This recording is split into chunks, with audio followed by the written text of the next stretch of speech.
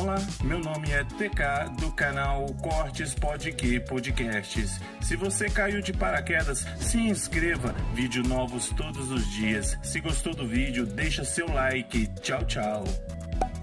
Faz bastante tempo já, né? O desenvolvimento mesmo, a vidência em si, a primeira visão que eu tive foi com 6 anos de idade. Agora você imagina, uma visão, né, com 6 anos de idade numa família católica. Certo. Então foi uma coisa assim, muito sofredora, ao invés de ter sido uma coisa para alegrar. Foi uma coisa que me puniram muito, dizendo que eu estava sendo perseguida por obsessores, por espíritos perturbadores. Minha mãe sendo católica, levaram o padre em casa, tudo.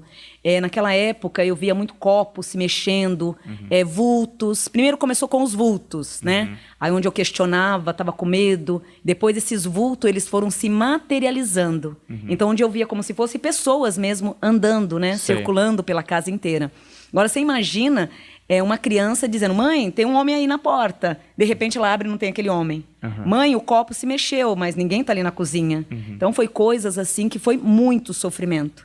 Aí, esse sofrimento foi dos 6 até os 12 anos de idade. Até mesmo para dormir, que a gente que é médio, o ataque maior, ele vem na noite, né? Lá na área noturna. Então, eu rezava. Quando eu via que ia começar a anoitecer, eu rezava muito, porque eu sabia que ali eu não ia conseguir dormir.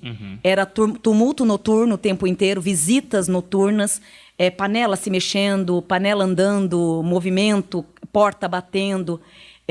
Um episódio que eu não esqueço até hoje, né? Eu dormindo, cobri a cabeça para não ver nada, e aquele cobertor saindo de mim. Mas não era ninguém. Aí eu fui para minha mãe, né, questionando que eu estava com medo. Ali eu não tive carinho, né? Ela me bateu muito. Eu lembro que foi uma surra muito forte, aonde eu tive que dormir de um jeito ou de outro. Então, era sempre muito cansativo, porque no outro dia, eu tinha que ir para a escola de manhã. Então, eu, assim, no aprendizado era péssimo, porque eu não dormia, ia para a escola com muito sono, acabava dormindo na sala de aula, e assim foi. Com os 12 anos, aí eu já comecei a ter uma doutrina melhor. Porque eu tive uma pessoa também que, graças a Deus, me orientou bastante nesse mundo. Mas o início, ele foi, assim, muito pesado. Deixa eu só perguntar. Você quer perguntar? Pode perguntar. Não, pode ir. Não, é só 2 perguntas, assim. Uma é que a gente tem muita... Porque eu, por exemplo, nunca vi nada. Quando você vê a pessoa, é como se fosse eu aqui, ou tem aquela coisa só pra... Que eu sei que é estereotipada, do fantasma? Não. É uma pessoa. Materializado. Um exemplo, tá você aí, né? Como é que ele tá? Ele tá de roupa vermelha, isso aqui, o cabelo assim, assim, assado. É nítido.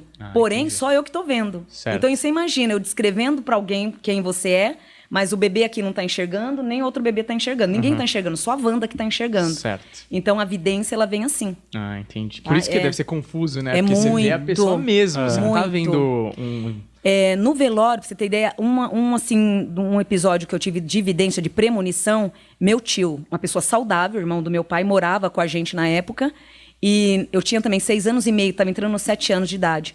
Minha mãe tinha acabado de reformar a casa e o sonho dela era ter aquela sala. Eu também era muito sererepe, né? Eu era demais. Aí eu saí da rua, né? Tava andando de carrinho de rolemã, voltei.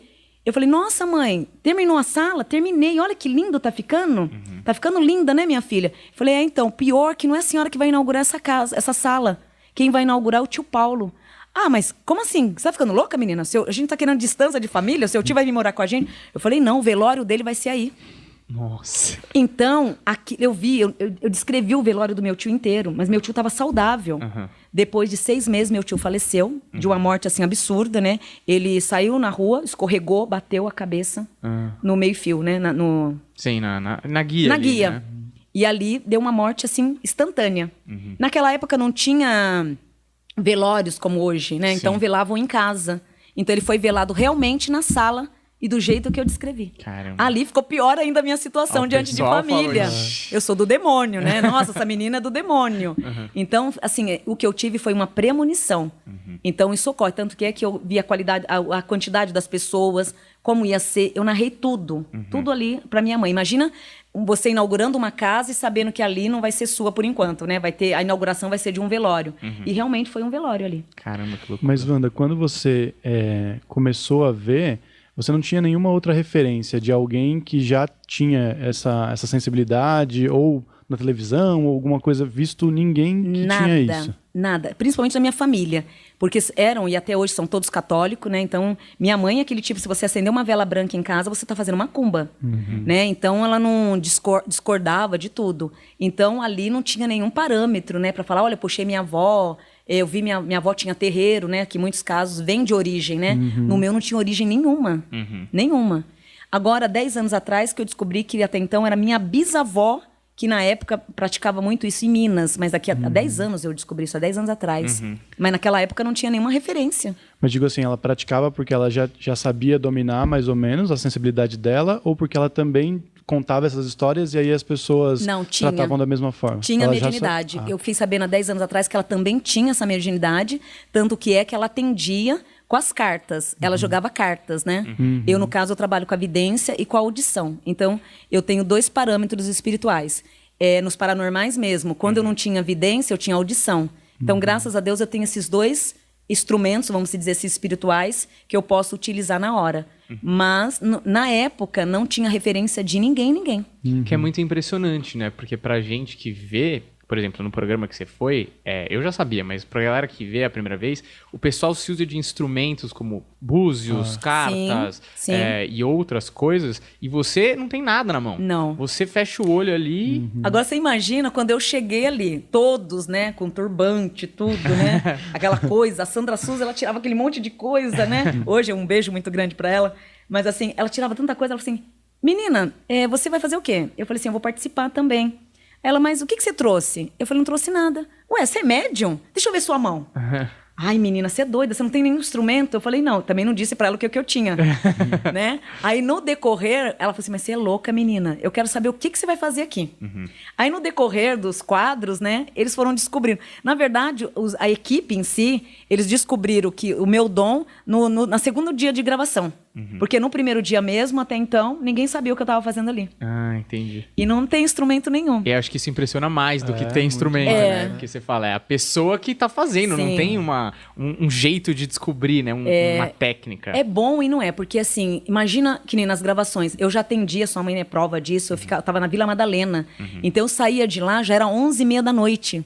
E eu ia pra Mogi, e tinha que sair de Mogi 3 horas para estar na gravação 6 horas. Que a turma do Celso, eles começavam a gravar 6 horas da manhã, tinha que estar todo mundo ali. Então era muito puxado, né? Era tudo muito puxado. Então, de repente, se você tem um tarô, se você tem um búzio, você consegue ali, né, caminhar melhor. Agora, na vidência, Deus me livre e guarde, se você tá com sono ou com cansaço muito grande, dificulta. Você pode ver que nos quadros ali, tem uma hora que entra a incorporação, porque aí eu fui usando técnicas espirituais que, graças a Deus, eu tenho e pude ali sobressair muito bem.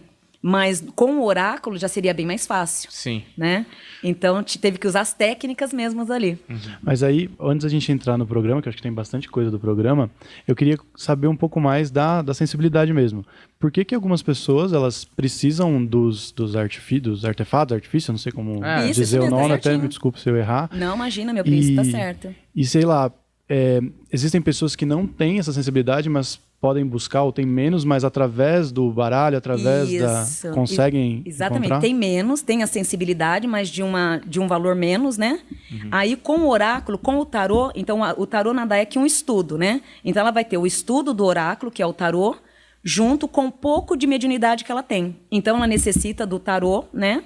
Ou de um búzio, para ir encaminhando melhor. Então, todas as pessoas que têm que jogam búzio, o tarô, o runas, são pessoas que elas não são completas na mediunidade. Isso não significa que elas não têm dom. Elas têm o dom, né? Têm o dom, mas com menos vazão. Não com tanta vazão, com menos. Mas, por exemplo, aquilo ali, ele tem como é que eu falo?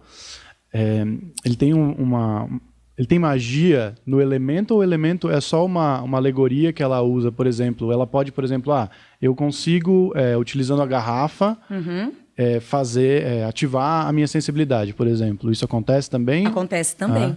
Porque nesse caso da garrafa, ela está usando o quê? Ela está jogando nessa garrafa a energia dela, que é a magia, o lado espiritual, a força da espiritualidade. Ela consegue fazer isso. Que nem no oráculo, né, nesses instrumentos, automaticamente, antes dela começar a utilizar, eles consagram ele. Então, antes de um tarô ser utilizado, ele vai ser consagrado primeiro. O búzio, a mesma coisa, vai ser consagrado. aí vai ser consagrado por quem? Na linha do seu orixá. Na linha do teu mentor espiritual. Porque a partir do momento, aquele tarô, aquela runa ou aquele búzio, ele passa a ser do teu mentor espiritual. Então é tudo uma mironga de energia. Então é como se aquele búzios, por exemplo, tivesse sendo o instrumento, na verdade, do seu guia espiritual. Exatamente. E você é só o caminho, canal. Um canal, um veículo entre esses dois lugares, né? O ponto A e o ponto C. Você é o ponto B que liga os dois, né? Sim, exatamente.